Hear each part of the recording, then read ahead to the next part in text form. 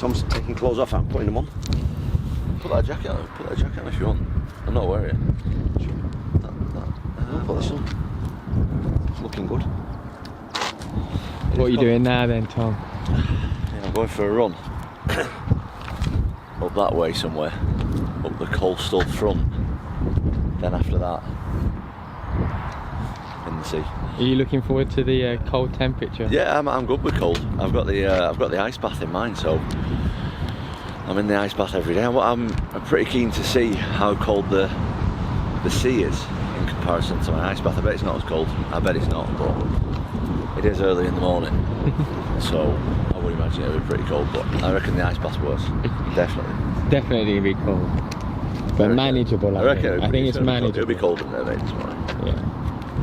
Power's on. I'm going for it.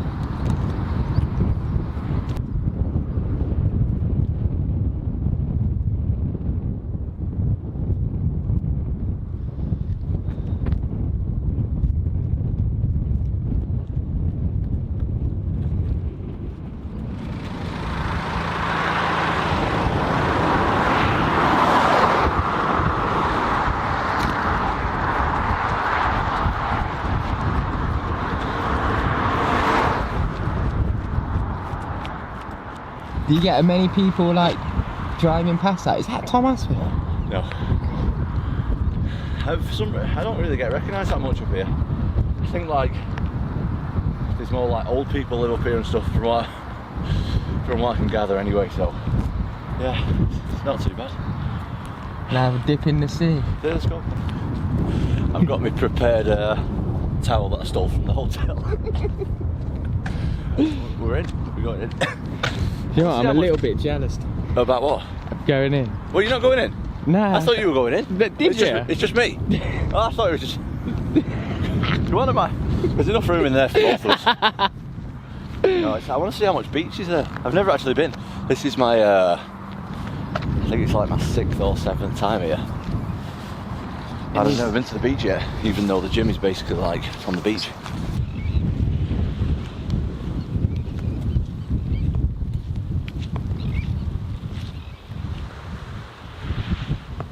Could I do the cold water job? Yeah. So, when I was having these problems with breathing, I started doing the Wim Hof thing. You know, because I kept getting this pain. So I put a cold shower in my back garden. And was it any good? Yeah, I can do the cold shower. I can't do the freezing cold ice bath. What do you think, Tom? How's it looking? Nice, isn't it? Looks nice anyway. It's actually a lot nicer colour than I expected. It's Nice. It's almost turquoise. Really, I should have wore some slides or flip-flops or something, because I don't have any. I don't want to cut the bottom of my feet. But yeah, it's really nice actually. How deep is it? I can't swim, you know. Actually, I'm not joking. Are you? No. Calm down, dude. I'm not joking. I can't come out there and save you. Seriously, I can't. I can swim a bit, but I'm not like a strong swimmer or nothing. Really? Yeah. Yeah. Did you not have swimming lessons when you were a Yeah, I kid? did, Yeah, but you I'm just did. not very good. Just never really been into swimming that much. It's uncomfortable.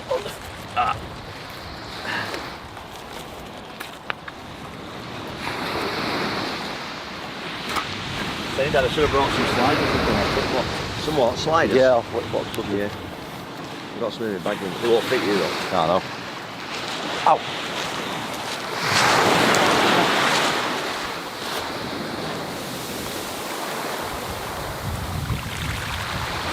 It's not cold. It's not too bad.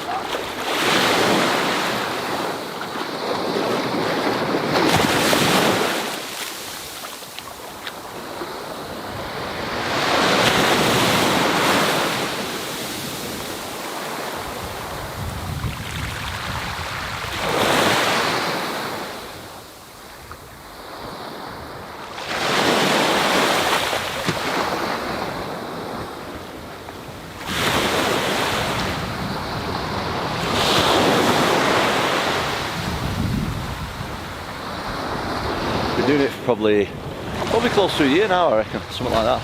Love it, mate. I never miss a day. I don't miss a day going in the cold water ever. This isn't.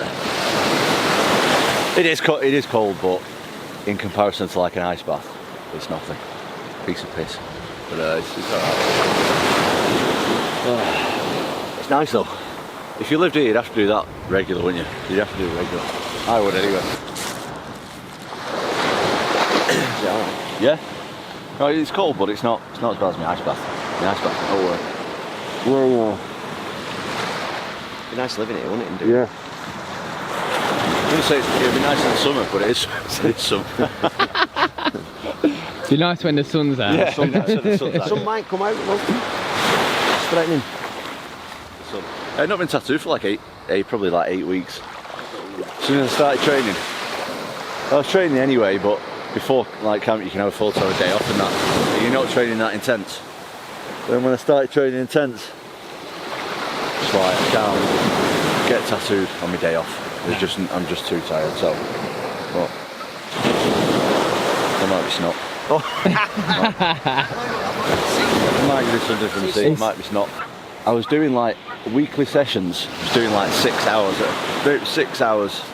Started off with 3 hours and then I started doing 6. And then I was like, because I can get it done quick before like I get in camp and that. But then camp started and I was just like, no. So I'm going to have a half finished tattoo from the fight, which is not good. You can't even really see what it is yet. It's going to be sick when it's finished, but you can't even really see what it is. But I'd rather that than miss days training just to get a tattoo. So it'll be alright, I'll have to live with it. Someone with a toenail scratch on me. Right, let's go. It's getting cold now. I can do that easier. Stand in a cold shower, and then you get your arm in and you move it, and then as soon as you get your kidneys here. No, I disagree. I think getting your head under. No, head under's no problem. No, it's not. Not when you. Head under. It Yeah. might be alright in the shower. It's not in a bloody. Try getting in my ice bath. Try getting your head under that. No. That is. You put your head under, and the light cold jets there, and it just shoots the cold water into your head. It's honestly, it is uncomfortable. If you want to go in the jacuzzi, ice tub first. That's the rule. But it even applies to. Apparently, it applies to small children. I've had my twins in it who have just turned 3. But like you know what I mean. I just like dip them in. But my older kid is 6. He's been in up to his neck. He was in up to his neck for 20 seconds. Wow. He thinks he's hardcore now. He thinks he's proper arse. If you're ever in a rush with this car, watch this. Watch the speed. Just this is usually me like on the school run trying to get. I'm already 10 minutes late and then In your towel. Yeah, not in the towel. That's it. Look at the speed of that.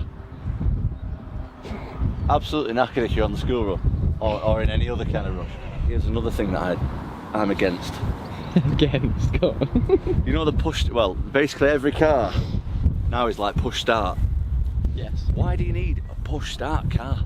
Because you fucking lose your keys all the time. I do. I put my keys somewhere in the car, press the start thing, get out of the car, forget the keys. Yeah, put this on too. Or I put the keys in my pocket or something. Or just misplace my keys. What?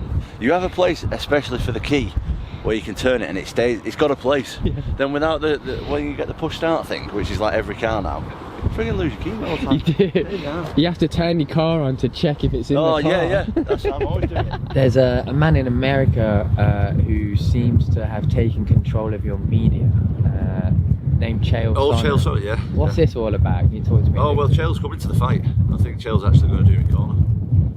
Yeah, so he's gonna come. He's gonna come and do media day for me. I think me and Chael speak all the time. So yeah, he's just not been too happy about some of the stuff that I've been saying on with my media. But my media needs work. My media like my fighting game. I'm not media trained or nothing. I'm a regular guy, so I'm just getting used to this media shit. So Well, what's the biggest hole in your media? Oh, I've got plenty. I've got so many holes in my media game. I got so many holes.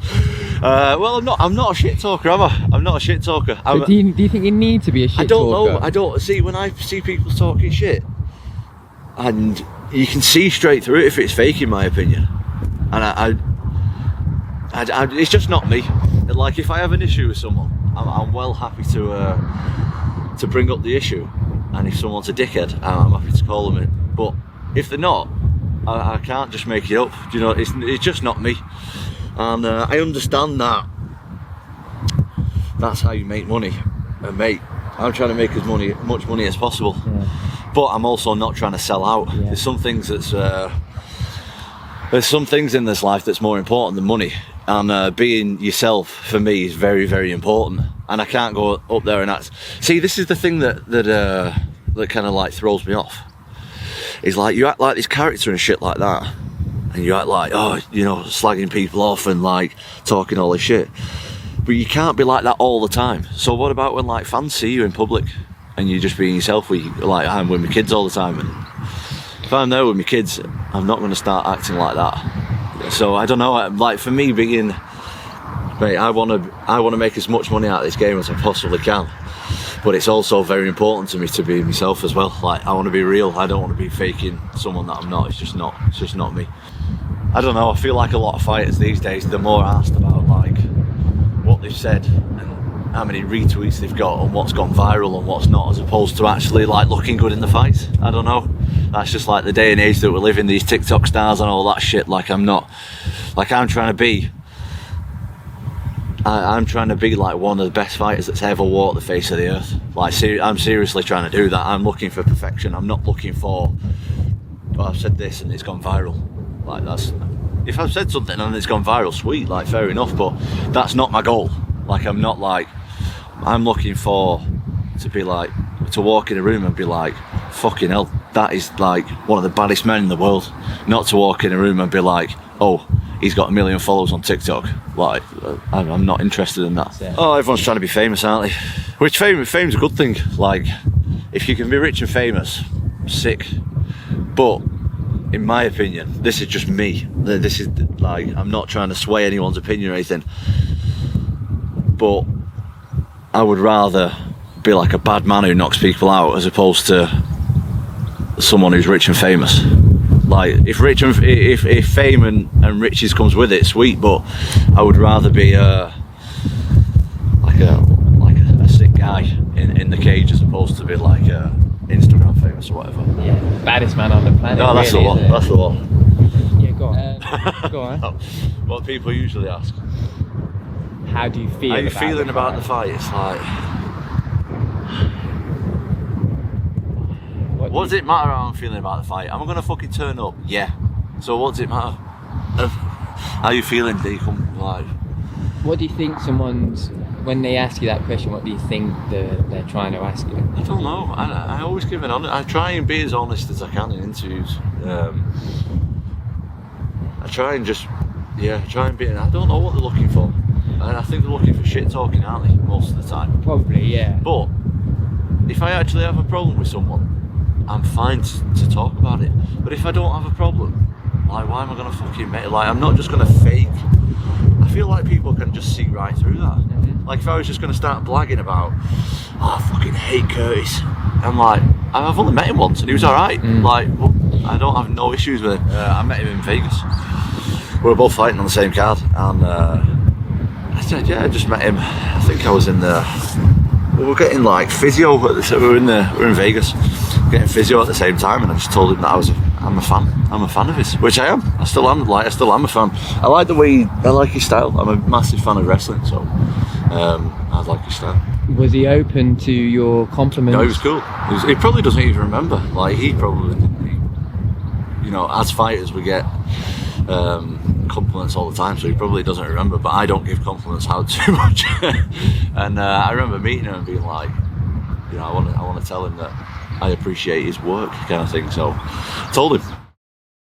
Just did a grappling session, and I'm just working loads of bad positions. I'm obviously fighting Blades, who's going to try and squish me. Well, I don't know if he's going to try and squish me, but I've got to be prepared to be squished. So trying to practice not getting squished.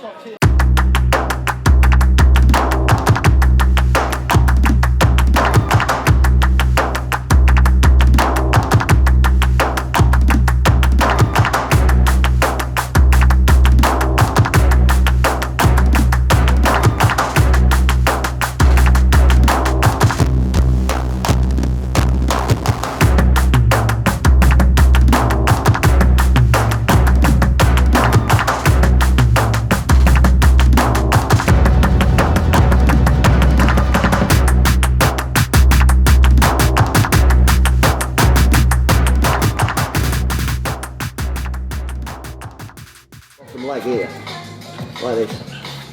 Most people try and escape now into this, which is really hard. You know, you pull this, but instead I'm going to escape my body this way.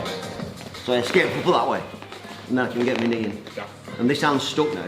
So once I've got my hook, and I adjust my hip, I can put it this way. But the secret is not to let go of the leg. And instead of trying to escape your hip that way, escape your hip upwards. So I pull this down, I'm going to use my foot, and then escape my hip up and get my knee in. So I'm good to go now, because my hook's in. And this hand's stuck, I don't let him take this hand out. So I can go this way now. Yeah. So if I miss this, and he gets his hand out, so I start to go, he puts his hand out, I'm going to underhook this hand. And I'm going to go. But it's important now that I turn my shoulder, and my head goes this way. You know something? So you're going that way. Yeah. So I'm pinching this arm, and I've got hold of his legs. I can do this, maybe, but I can move my body that way to get me hook. Like for me as well, because my style is like very like range orientated. Like I'm finding the range for the first minute of the next round or two when I'm already knackered and they're fresh, and then I just start coming into the round and then it's over and then the next guy gets in. It's like, and it's completely different style as well. Especially with different sizes. Yeah. But you got to be prepared for everything, don't you? So with the guys I'm fighting, it's going to be uncomfortable at times. So if I can't do it when I'm really, like most people, without sounding like a dick, not most people, but a lot of people, like if I do 3 fights with them, I'm mostly fitter and a bit higher level than them. So it's quite comfortable. Whereas if you get new guys on, it doesn't matter if you're better than them. If you're tired and they're not, the fucking squish. That's a really good point. Yeah. We good? Oh, stop. Yeah, go.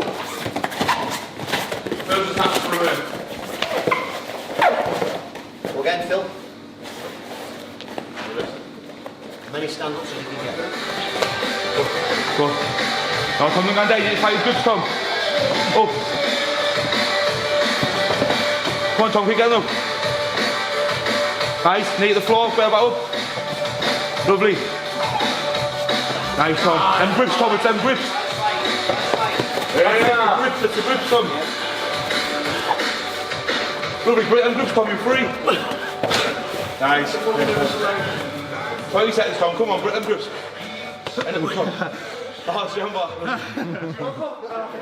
So Paul, you've been grappling with Tom today. How's that been going? It's been amazing. Every once in a while I'll come down to Newcastle when Tom's coming up, and this is like kind of a halfway house for us. And what we'll do is we'll have some amazing wrestling. You know, Tom's one of the best strikers in the division, but a lot of people don't know is Tom's one of the best grapplers in heavyweight. So to have the chance to roll about with him in the mat, it's an honour. And not only that, getting to pick his dad's brain. His dad is he's just got all this knowledge and he's happy to pass it on. And I'll ask him, like, what about this position, what about this position? And he'll give me the time, and the two of the nicest guys you'll ever meet. Are you pushing down on his, like a bridge, are you pushing down on his calf? Phil.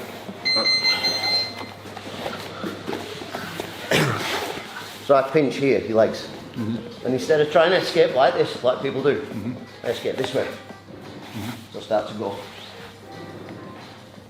And then you're pushing me away, so I can't. So you're not coming back to me now. And now I alter my hip. Start to take you this way. If you base your hand out now. I'm coming down, doing whatever you do. Right. Let's go right here. So I can go here, Paul, go on. But I'm not. That's strength and strength. Yeah, I'm not doing this. Right. I'm pulling this back and I'm going that way. Right. So I get that. Just to make me space, yeah. And now I can frame, whichever way. And if you bring your weight up now, that's where I'm going to go. Right. It's hard work. You leave here a wee bit deflated, but when you go back up the road with some new skills, and the energy starts to recuperate, and then you've used what you've learned down here in your own gym. How did this all come about as well, you training with Tom? So I had originally been training with Phil for a long time. He'd been one of my main stables in my training for sparring, for grappling, all this kind of stuff. And we've always worked well together. We've got Mickey Parkin as well, who's going to be on the Contender series. We've always kept touch, and Phil would been going down to Team Cowbum during the lockdown phase because all the gyms, he couldn't travel to where he would normally go, so he made good contacts with Tom there, and then now Tom comes up here to train, so it's pretty good. This is like a halfway for both of us, and we come and there's loads of experience in the room. Like, the wealth of knowledge in this room is incredible, and that's what I'm saying about like, Tom's dad, where he'll be like, listen Paul, you're doing this, see if you try this in your next exchange, this is going to make it better. And to have that in a room, and nobody's got an ego, nobody's like, I'm the big dog here, I'm Tom Aspinall, I'm the guy who's the best in the country. It's none of that. It's like everybody wants to learn, and everybody wants each other to do well within the UK scene, within the US scene, within the European scene, so we're all working for the same goal. Is that one of the best things about the job, you know, like getting to meet all of these other fighters in the same position as you and learning new things? Yep, it is, because, you know, we're stuck up in Scotland, and for a long time, you know, it's hard to compare yourself to other fighters in the UFC because there's not many of us in the UK, never mind in Scotland. I think there's only about 3 fighters who are Scottish, so to have that opportunity to train with big guys who are legitimate heavyweights, who have the boxing calibre that Tom has and has the grappling calibre that Tom has, there's not many of them about in the world, so to have him in my doorstep, it's amazing. So like, nowhere else in the world could you get this level of training, and I genuinely believe that's why Tom stays here. That's why the vast majority of his camp is split between here and places like Holland. Is everything going as planned today, Andrew? Yeah, good. The best heavyweights there are in the country, aren't they? And the best light heavyweights, so look, you can't do any more than find the best people and go and train with them. Nah. I know it's a bit of an obvious question, but for those that don't know, what do you think the importance are of constantly drilling these bad positions in live sparring? It's for me, it's just I'm smaller and been injured a lot in my life, and I just think it's important that you learn how people move. And I think if you're the big guy who can just push people off all the time, then you're not going to learn anything. So when you get tired and you go back to the bad position and back to it and back to it and back to it, it becomes a normal position. So after a bit, there's not going to be any bad positions.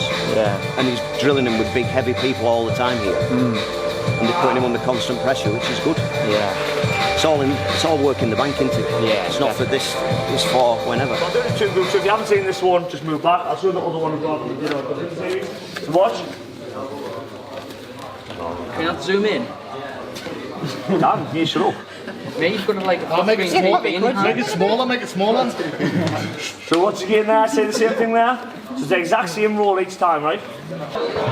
Do you watch a lot of tape, Phil? Yeah? Do you watch? It's all I do, watch fights, I tell you what, I feel like just stay ahead in that as well, or keep current, you know what I mean? Yeah, you're a fan of Islam. Oh yeah. I like that. I watched that Makachev, you know, that little elbow thing I just showed. I watched Makachev versus Sarukian, and he'd done that to him, and I thought it was absolutely amazing. So I pinched that. First of all, this is my favourite one. Right, I'll pinch this off Islam Makachev, and now this works from either here or here. Either's fine, right? So I'll show him on the floor first. So that's what I'm saying. You could just start this, so he starts to drive down and do anything, and then you start changing stuff together. You got it? Yeah. Right. So it's just a sit out, but there's a key little detail on it which kind of makes it work.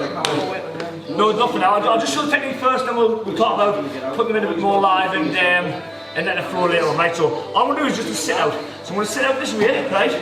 So sit away from, but this is the key detail, right? Watching. This elbow, I'm going to pull it on the back of the shoulder, and I'm going to start moving my hips away. See that? See that side? So change position.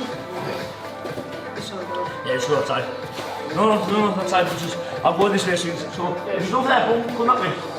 Come over here. Lift up. Go on, just look at the front thing. Right, so watch it. So I'm going to hit. I never want to be on my elbows, right? So I should turn over on my hands anyway.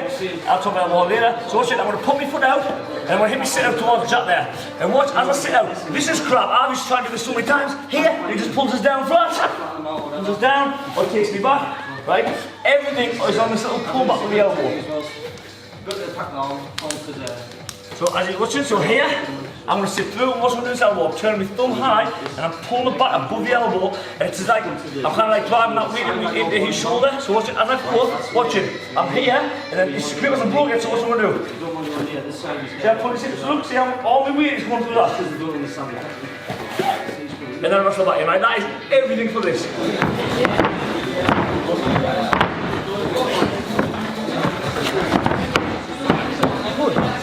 Actually down through.